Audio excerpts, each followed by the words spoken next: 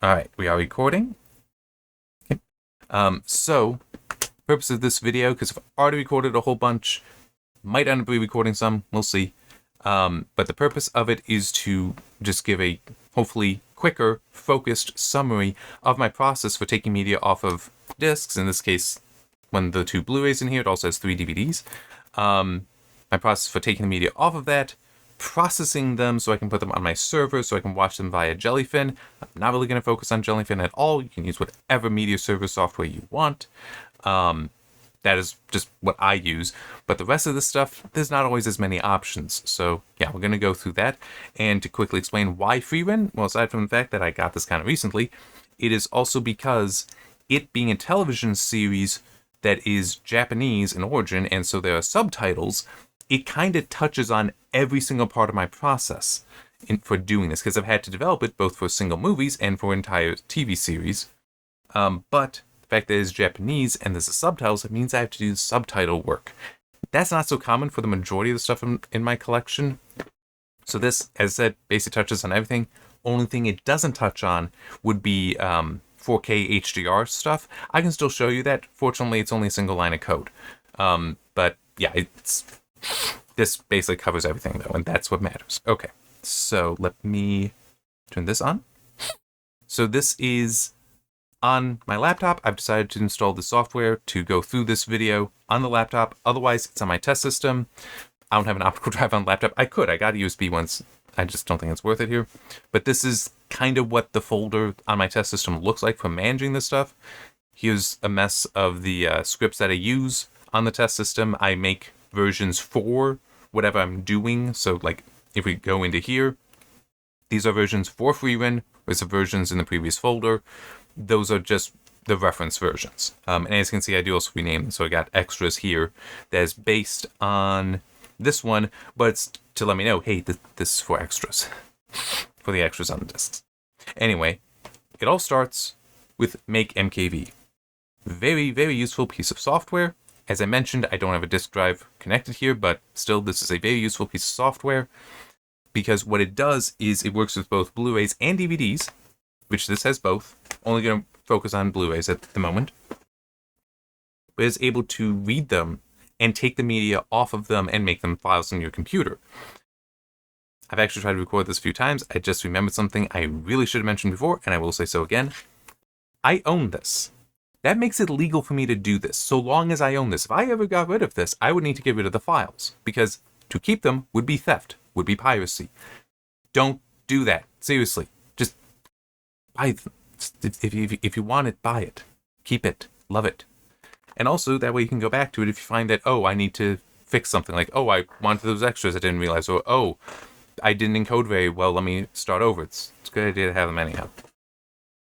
All right, so normally when you put it in, and if you look at the video that I have for that, I have screenshot that is from the test system, so it shows what this looks like with the drive connected and disk in. And that will include having more of these buttons lit up. Okay, you can't see that. Let me turn on display capture, which is, I don't have it aligned perfectly, but doing that, you can now see the options here. I recommend doing a backup of the disk because there might be something wrong with this disk. This came perfectly, no issue on it. But, you know, it is possible, it's actually a little bit of gunk there, that there could be something wrong with the disk. But also might be, yeah, I'm not going to look at it for weeks or months. You know, like, oh, I saw it on a Black Friday deal or something like that, so I got it really cheap, but it might be months before I get to it. Well, what do you do if the disk is bad? You do nothing because you're outside of the replacement period. But you put it in your drive on your computer, you run Make MKV, you have it do a backup, it now touches everything on the disk, okay? Every file on that disk, it touches. Well, there are some they will ignore where they're just like zip files that are there for like a PlayStation 3 in some cases and things like that. It'll skip those where it's like, yeah, you don't need those.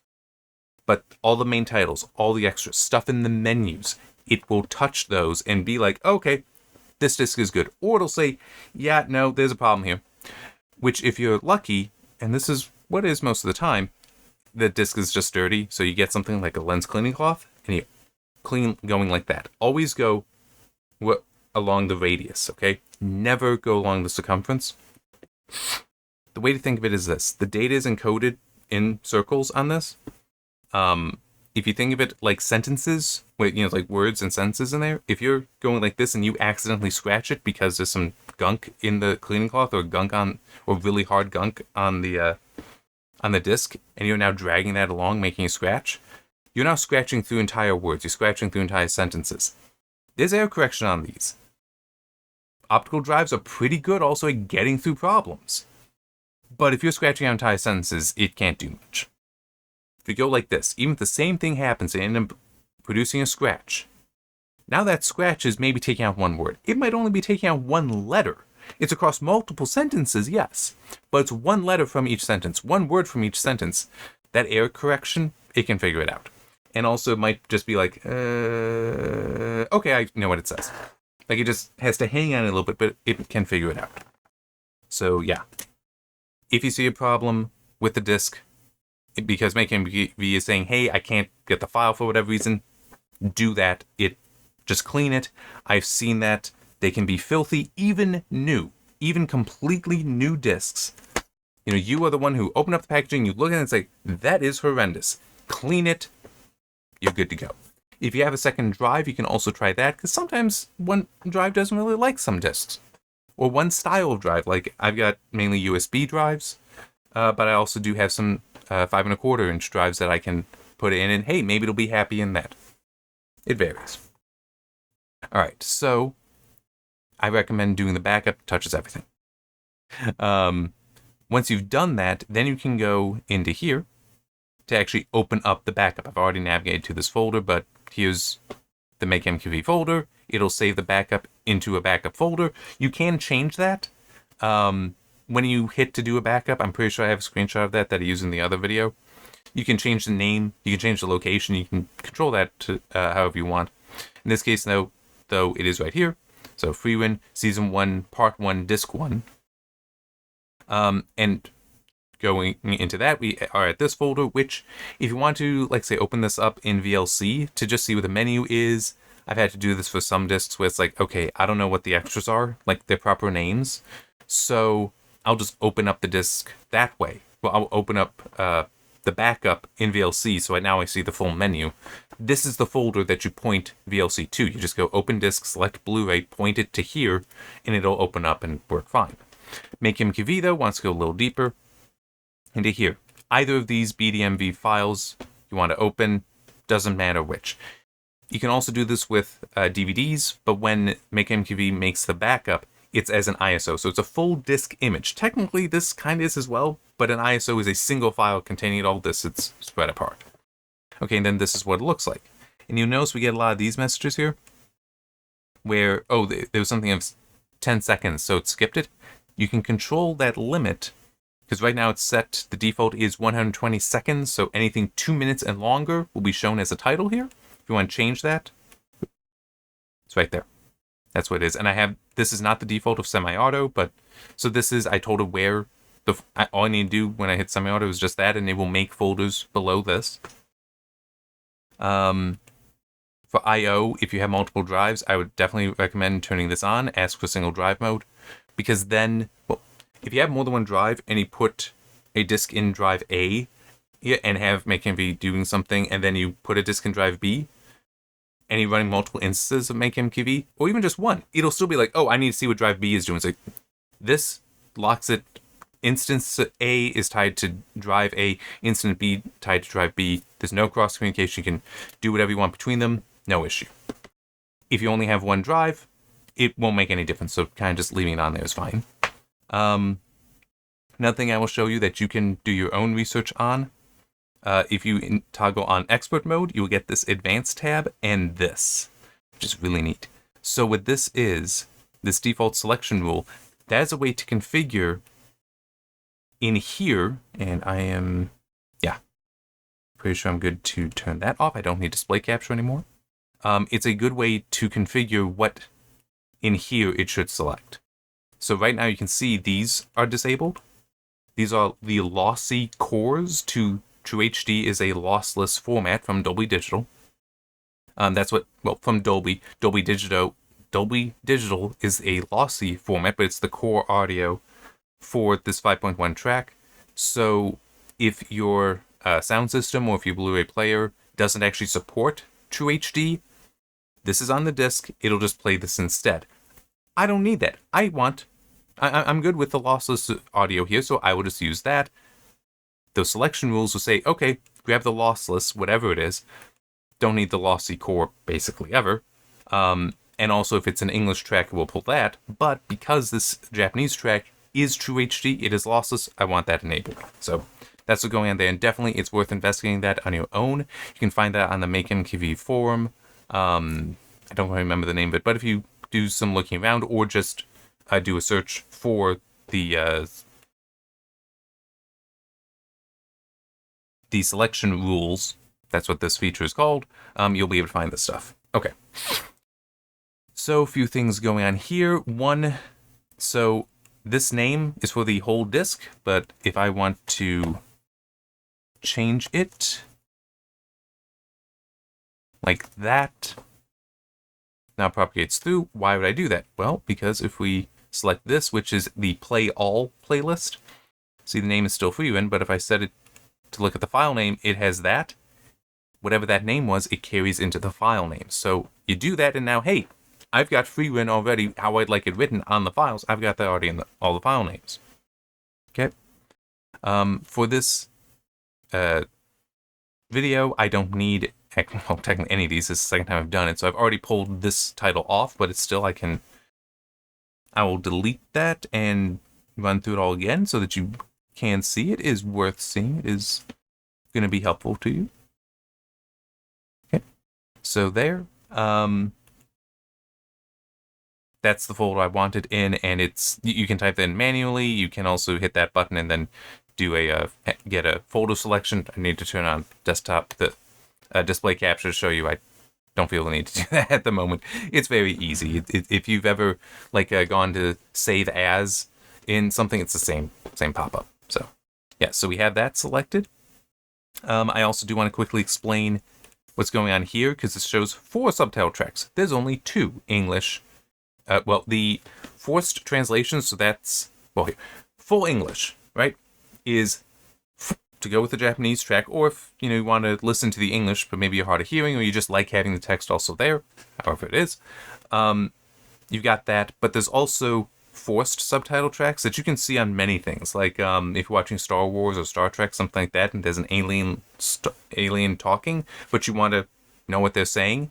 Sometimes the film will just have it burned in already. Sometimes, nope, it's a subtitle track. What can be done, and that's called a forced subtitle track, what can be done here is it'll take the main English track and it'll be like, okay, this portion of it, even if subtitles are turned off, show them anyway. Okay, force that on this. Why it says forced only. Okay, so this is basically a variant of this. Kind of like how this is the core of this. Same kind of idea. But once I tell it to start pulling this out, when it's done, it will actually say that, hey, there's an issue. It's not really an issue. MakeMKV realizes that this and this are actually blank. There's nothing in them. So it just excludes them, which is fine. But having these checked off, there's no harm in doing that. I'd recommend doing it because you might find that it's very uncommon, but I think I do have at least one disc in my collection where it did actually do that, where this was a separate forced track. In theory, that's what they could have done here. They chose not to. Not that big a deal, it's just subtitles. I've seen some weird things, though, where okay.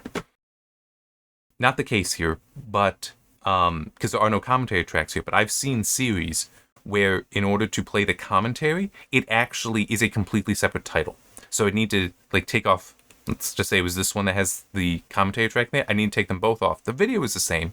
And then I need to pull the audio off of this one and put on this one so that I have one file with the original audio and with the commentary track. That's very annoying. Because you can, as this even shows, you've got multiple audio tracks all in the same file. Okay. Enough of my blathering on for the time being. Okay. One more thing I will show you here. So I already showed what the file name would be. I am going to put in here what the export name is. because I know that that's what this specific title is. It's also irrelevant at the moment because we're not actually going to look at this file too much, but still. But as I did say, technically you don't always know. I know. These are in order on this disk. That's not always the case. I have seen some series where they would be like completely flipped. I've also seen it where instead of going 1, 2, 3, 4, 5, it goes 2, 3, 4, 5, 1. I don't know. I don't understand why they do that, but it is a don't trust that the media is on the disk in order. I already know it is. I've already processed these. I've already watched them. Okay. But sometimes it's like that. So you'll want to take them off, accept the generic name like you see here, where it's just freewin underscore title 02. Just accept that, check it, say, okay, it's this, rename, moving on. All right, so let's get that actually pulling off. So this is what it looks like. As you can see, it's going very fast because it is just pulling it off of, in this case, it's an SSD. Sometimes I have it written onto an external hard drive and pull off that way. It's still much faster than off the disk, which is why working from a backup is helpful in case something ends up going wrong. Like if you missed one of the audio tracks, which I have done, if you find out that, oh, I need that subtitle track that I didn't grab, it's like, okay, it's right there. Get it off like that, as opposed to put the disk in and wait for it going, because what is this, 93.8 times speed? The average high speed that I see on a disc, on a Blu-ray, is 4x. On average, that's what I can expect. Some discs I've seen go up to 8x speed. Others don't even like going to 4, and might be at 3 or 2.5. So you do the backup, you can just walk away, you come back, okay, and then if it's, oh, I need to go in there and change something, oh, I need to go in there and, say, reduce the limit from 120 down to, say, 60, because maybe there's a 90-second long trailer that you want. Much faster if you're doing this than going back to the disc. But remember, you must have the disc. It is illegal otherwise. Seriously, don't do that. Alright, that says copy complete, one title saved. And we have these two messages here about AVSync issue in stream 4 ed00 for subtitle track number 4 turned out to be empty and was removed from output file. That would be this one, okay? Because it's 1, 2, 3, track 4, 5, track 6. Because stream, well, okay, sorry, I was saying track instead of stream, but still, these are not actual real things. He just doesn't know that until it's actually pulled them off, but that's fine. Okay, so with that, close that. Okay. Oop. Okay, so this, it just went too far. There's the file that I've pulled off. I typically, because it's this folder, so series name, one down into it. I typically pull the files into this folder when, out of the backup or off the disk, and then that's why I'm like, okay, are these named right? Yes, they are. Okay. Or change the names, whatever. Then move it into season 01. Once in there, I will drag and drop them onto this, the volume detect.bat. It's a whole video dedicated to that, and the run volume adjust script, where, well, yeah, I'll just show that right away. There. This is what the volume detect script produces. And this is for the entire season, not just for the first episode, which is all we're focused on right now. So all it does is it reports what the mean, the average volume is for the audio track, and also what the maximum is. Maximum for the English track is at -4 dB. I want that closer to 0. The Japanese track at -0.5, that's fine. That's fine. I have no need to touch that. And max volume of -4 there. I don't want to actually hit 0 because I don't trust these numbers. That may sound weird, but I legitimately don't trust them. I have seen them swing. Where it's like I process them later, and it's like, oh, now it's a bit louder than it was, or it says it's a bit lower than it was. It's like, so I just try to get within -2. So for this, you can see right here, I actually set it to 3. So when it is done processing, and always when it's done processing the volume, run those new files with on volume detect.bat to check, because that way, hey, if there was an error, you're going to see it and can fix it, Or if you made a mistake and you accidentally, put down 4 there. It's like, okay, now you can fix that. Or maybe you bumped a button and it was 5, whatever it is. Always double check that. It also tends to go pretty quick that second time. I'm not sure why exactly. It might be because this is using FLAC, and FLAC is a pretty fast codec, whereas True HD, which is what originally is FMPEG, seems to be a little slower with reading that. Yeah, so I just build up this list, and then I will go in and execute this run volume. Let me pop that. Run volume adjust.bat, which the folders are actually on top of each other to me. So yeah, you can see it right there. I just run it directly. This is to cover the entire series, not just season 1. If it were just for season 1, I'd throw it in season 1. Because the volume detect.txt file, however, that we were looking at a moment ago, because that only concerns season 1, that is only in there. All right.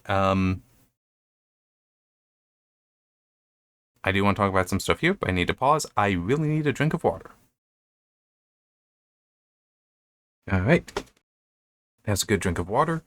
By the way, I don't know why OBS is not capturing the top portion here. I guess it's to help prevent somebody from seeing my folder structure, but not a big deal. You technically already saw it from MakeMKV. It's just, I have an M drive and a MakeMKV folder. Congratulations. Anyway, so also here, which I mean, technically I want this back up here, the cut script can be generated here.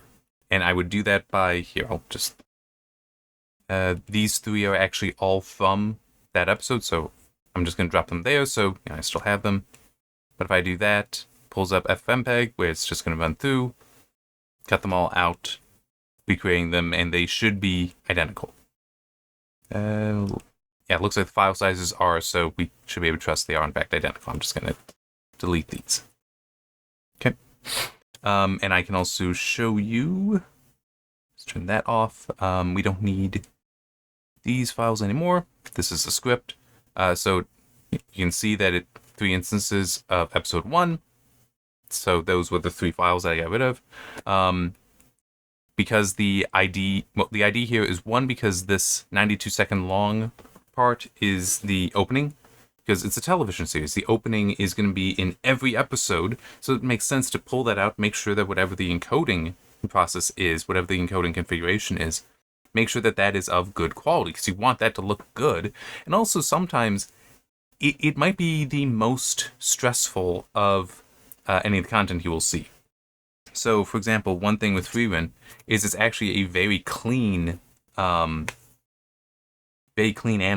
Like, I mean, clearly, computer, done in computers instead of by hand. That's fine. But it still is. You tend not to see too much change in colors within an object.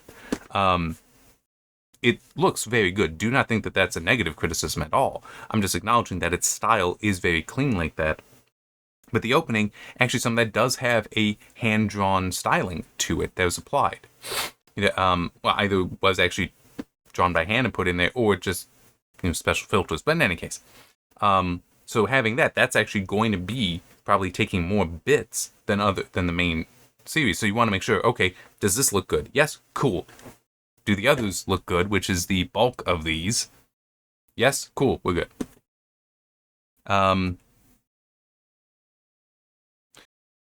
These scripts, all these scripts I have shown you, I do recommend keeping. So if I turn that back on, minimize this for now.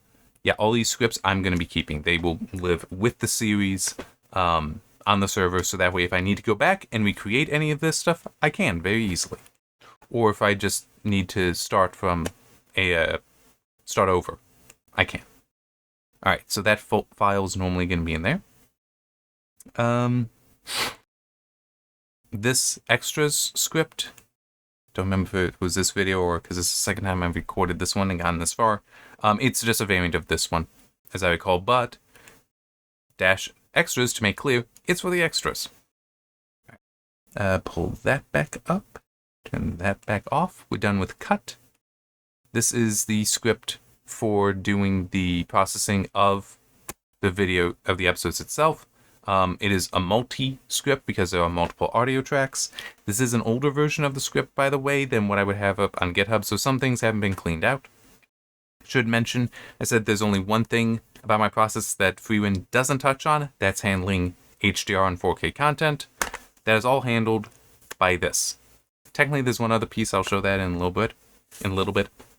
But this lib placebo filter actually does a lot of things. It does the scaling down to 1080, which I'm doing a little differently now, but this command would still work fine. I just made some tweaks to make it a little bit more resilient to oddities, let's say.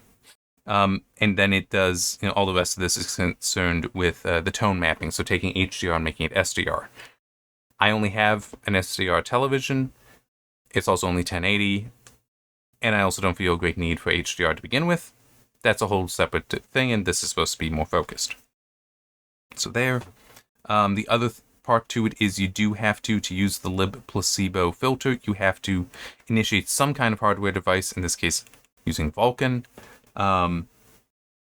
It has no impact on the process otherwise. Without lib placebo not being turned on, this does not impact the process, so it can just be there all the time, no problem. Not going to go through exactly why I picked all this stuff, but the noise normalization I found at 4, so by default that is 1. I actually typically run, so if I pulled up the test script, this would be at 2, that's my default. I found FreeWin at 4, pushing them up to 4, looked quite good. And psychovisual rate distortion, SIRD, 1.0 is the default, I left it there. I honestly could have experimented with turning it lower than that because it's a very clean anime and it seems like the artifacting SIRD can introduce. It introduces and stands out really badly in a clean anime. N-Tune 0, photon noise at 40 because I just wanted a little bit there because it didn't really have any. It's like, you know what, I just want the hint of film grain on there. That's all I needed to do. Got whole other videos covering all that stuff though. Are 2 audio tracks, so I have things that find out, okay, how many channels are there to track 0? That's the first track. That's the English, it's 5.1, so it'll return 6. And then this, it's the stereo Japanese, so that will return 2. Figure out, okay, what is the bit rate that Opus should be set to for that? And then these variables, rate 0, rate 1, chan 0, chan 1, they're written in here to tell FMPEG, hey, that track has this many channels and use this bit rate. It's just over there. And same thing with channel 1 and, chan 1 and rate 1. And I set here the titles for these audio tracks with, instead of it being surround 5.1, it is the English dub because that's what it is. And then track 2 is set to be Japanese, so the name is Japanese instead of stereo. And then something similar is going on here with the subtitle tracks, except I've flipped the order.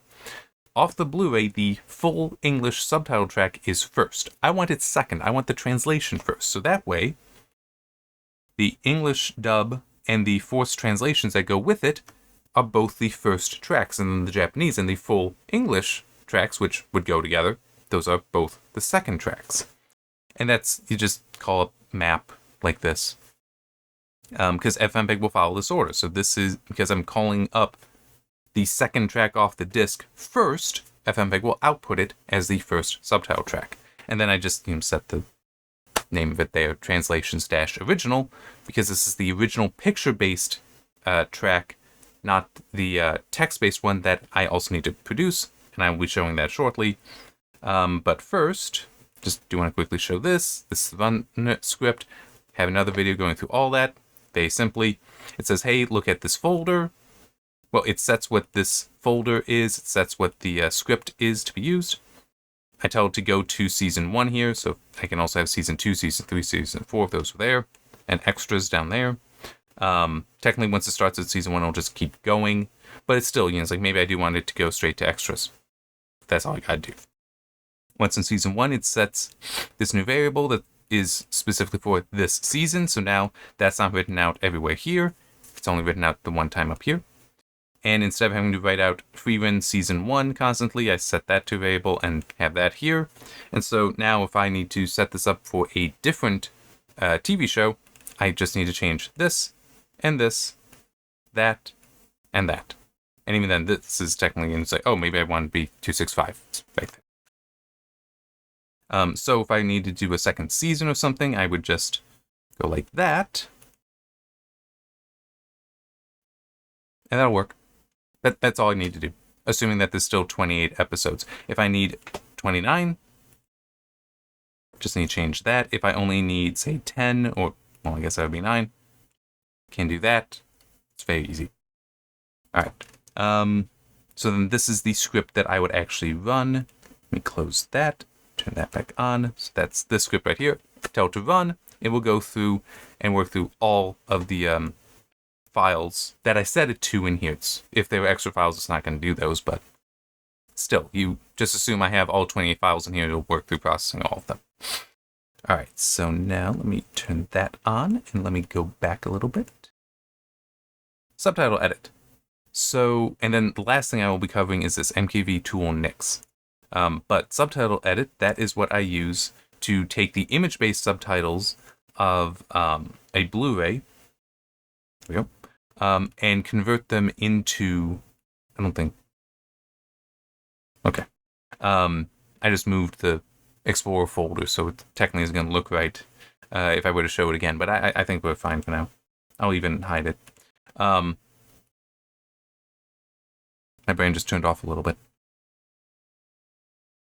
This is what I will use to do the OCR to convert the image-based subtitles into text-based. So this is what it will look like. And I need to turn on display capture briefly. There we go. This is what it will look like to do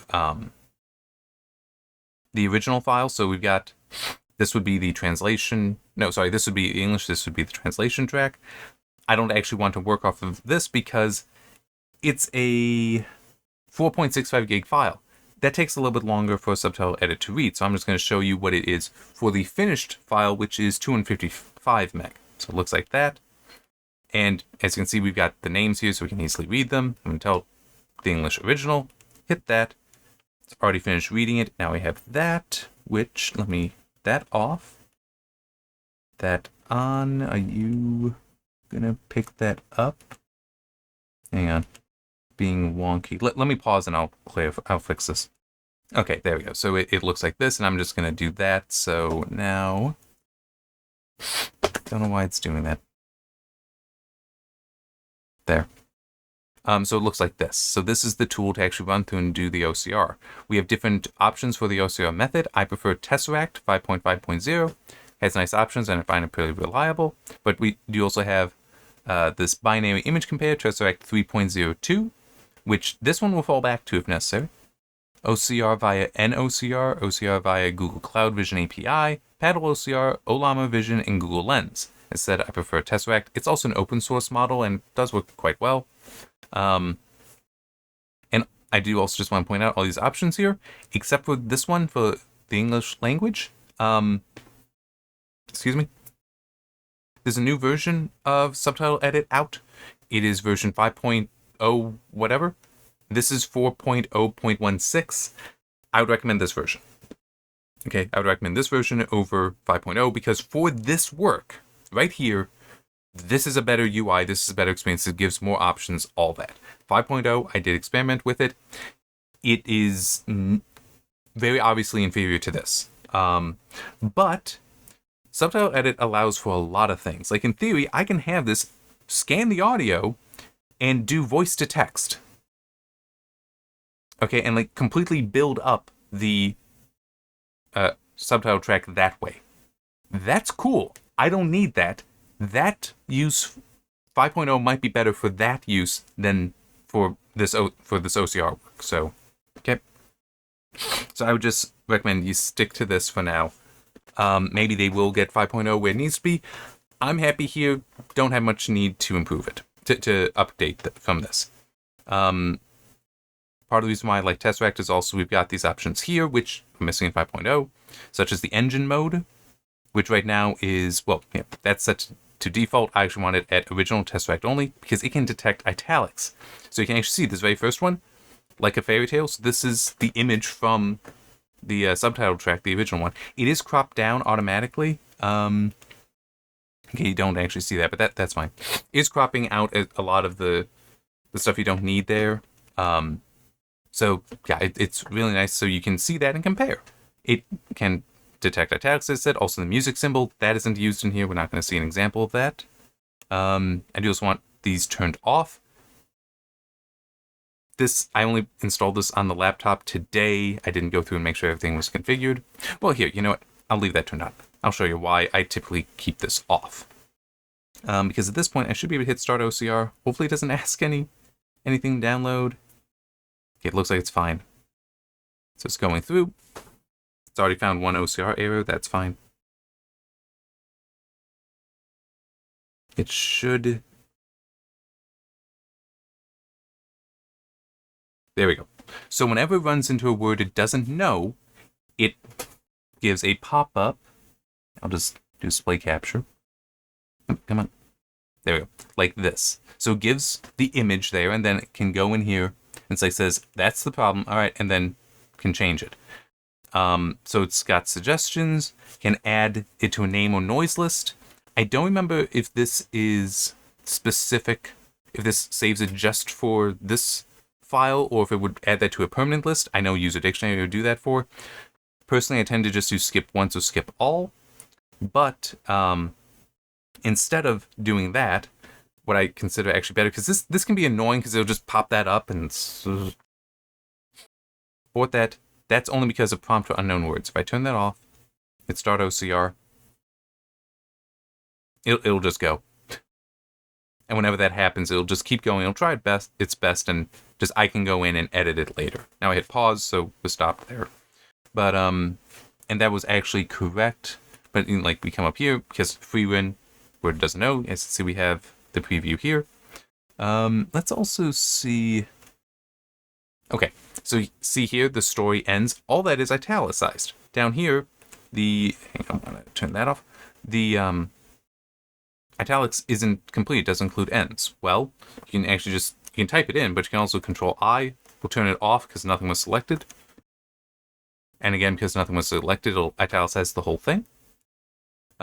This is actually correct, although I don't personally. I don't like smart quotes in subtitles.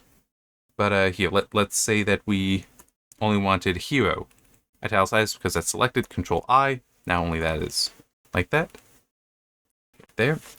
And now let's say, I don't know if you'll see this, so here, let me do that. I don't want to show everything. But this way, I already have the subtitles done. Maybe I want to open it back up and redo some OCR, or maybe just I was partway through and I need to stop the OCR. Well, I may not want to redo the OCR, but maybe it's okay, I want to check what it is in the original image. So I want to pull up what I've already put together, for the subtitles, the text-based ones. I want to do that. In order to do that, you would do import text with matching timecodes. You can just hit that. You can do that a little differently, because maybe I actually don't want some of the folder structure being shown. Especially because I got to go through the mess of stuff here to get to it, because it's not looking in the near the file that I gave it. Back in here, season 1, subs. There we go. So now because it has loaded that in, you can see them all here, but it's not color-coded because it doesn't know yet. It's like it's not sure, of Himmel. It's not sure what that is, not sure of Freewind, but it does have these all in here. Now, if I hit start OCR, it will actually overwrite what's there. That I don't like. But it still is I want to check, is this correct? All right, well, the text is there, image is there, same thing here, and so on. And I can just hit OK. Now it comes here, and we've got this. There are some warnings. This should mainly be... Yeah, this is just like too much information being shown. Well, the subtitle is too long for all that. He thinks this same thing where it would be shown for too short a period of time. That's fine. I can just now hit save though, and just save it wherever. It's actually remembering where the file I just pulled from is, and I'll save there. You can save in another. That file wouldn't exist yet, so you can just save it there wherever you want. That's fine. Okay, so cancel that. I'm just trying to think. Is anything else? Not really. I mean, we got all this here. It is pretty easy to change. Like the duration here. If you want to combine and stuff here, it's all fairly easy. I'll let you explore that for yourself. Close that. No, I do not want to save changes. All right. Go back up some.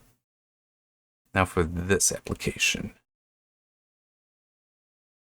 MKV tool Nix, which is very powerful. Very, very handy. Okay, so this is the original file. So that's why it still is labeled 2HD here.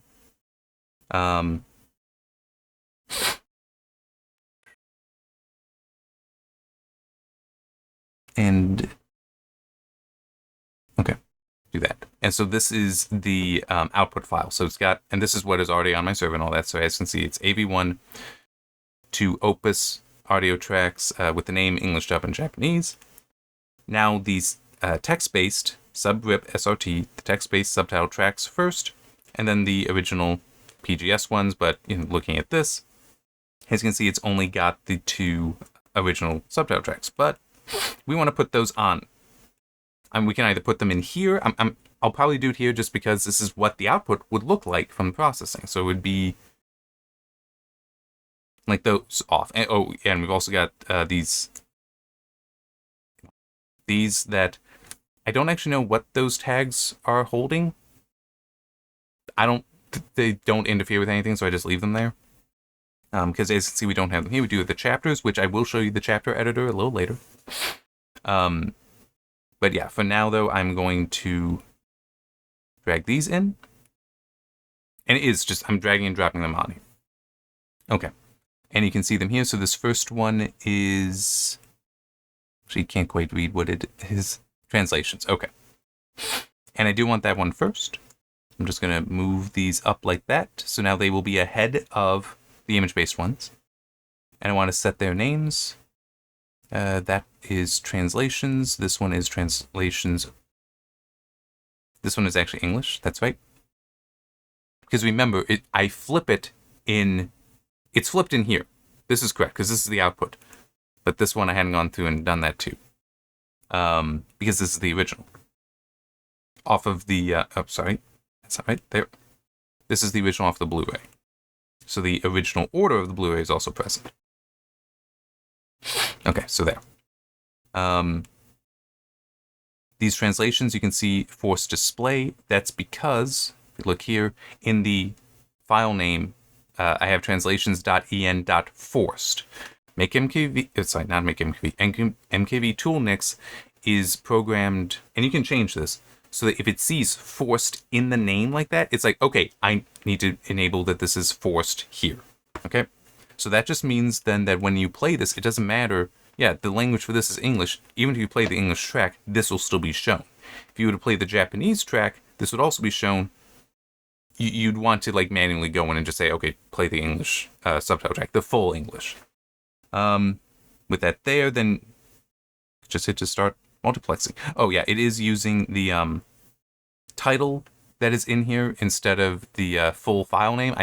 That should. Yeah, it's definitely possible to change that. I just didn't. As I said earlier, I just installed these earlier today, so yeah. Still, and I'm probably not going to use the laptop for this stuff too much, but yeah, so it is with all that done, I can just hit start multiplexing, and this will mux all the streams together how I want them to be here, and that's it, I'd be done. Alright, and that is cool, but I do want to show you other things. So let me close those. The header editor. So maybe, well here, actually, yeah, that's true. Alright. Wait a sec, there we go. So this allows you to change any of the metadata in the file. So for example, it only has the name of FreeRun as a title. Well, maybe I want it to be so 1, year 1. Maybe I want that. So I can do that, and if I hit Control-S to save, there. Now it's written on there. Maybe I want to change the name of the audio track. So yeah, this is the English dub. Because remember, I put in the original off the disc, not the output one. And right there. And again, Control S, done. And this is like that. You can also set the names in the multiplexer, but then it has to completely write out the entire file again for it to be applied. This applies it right away. All right. Yeah, I don't need to pull up the already processed one. There's going to be no benefit from that. Chapter editor, just showing this really quick, because this is again very useful. Free run was fine, but sometimes I've seen it where they don't have. So this chapter point is placed after the opening. I've seen some series where they don't put a chapter point after the opening, or maybe it's inconsistent. Sometimes it's there, sometimes it's not. If you know where it would be, what you can do is, that's how I do it, duplicate that. So now they're both chapter 01, but let's say, no, I want this to be at 1 minute. So I can do that. And so then this one, I want to start at 1 minute. Okay, so now I've split chapter 1 into 2 chapters where there's a new break at 1 minute, right? Okay, that's nice. Okay. Turn that on. Display capture, but I gotta rename all of these now, which that's set down here. That's easy, right? Just go down 2, see, like that, but now have to change 2 and 3 and 4. When it's only this many, that's not so bad, but if you're doing this for every episode in the series, or you've got, say, 2 halves of a movie, because it's a very long movie, and that can be like, 50, 60, I think I've even seen 70 total chapters. That's a bit much. Come up here, edition entry, renumber sub-chapters, right there, and just do all of them. Here's the format, chapters, always there, num:2 to say pad it out to 2 digits, so that's to add 0 padding. There, and it did it for me. And then I can just save. I'm not going to because these aren't correct. But, yeah, very easy. And again, it's just editing the metadata. I'm not having to do anything else. All right, pop that. Don't need that anymore because that's it. Once that's done, the file is ready. And that's it. And I can take that, put it on the server. If I didn't have to go through all the subtitle stuff, hang on just a second, let me do that. Now I'm big. If I didn't have to do all the subtitle stuff, I would still run it through not the MKV Tool Nix GUI, but the MKV Merge EXE that comes with that tool. I'd run it through that because I think it might clean up some of the tag stuff, but it also will apply compression to the subtitle streams. And for some stuff, that's a big deal. I actually did a movie not that long ago. I think it was just a 100-minute long movie, so hour, 40 minutes. But it had 5 different subtitle tracks, because 1 was the original English, and then 4 are the subtitles for the commentary tracks. It was like 300 to 400 meg that compressing those gave me. It's like, yes, that's awesome. Why does FMPEG not do compression of subtitle tracks? Because FMPEG is kind of meant as it's streaming the data in, doing its stuff, streaming out. You can't compress streaming things in and out like that. But this, it only works on a finished file. So, yeah, it works out fine. I do believe that is it. So just and you can also just run through the MKV Tool Nix GUI to do the same thing. How to do with the MKV merge, I already have that in the other video, so you can look at it there. Because I actually integrate that into the run script, so I can toggle on and off if it should do that for me automatically. But I have nothing left to share. We are good. See you next time.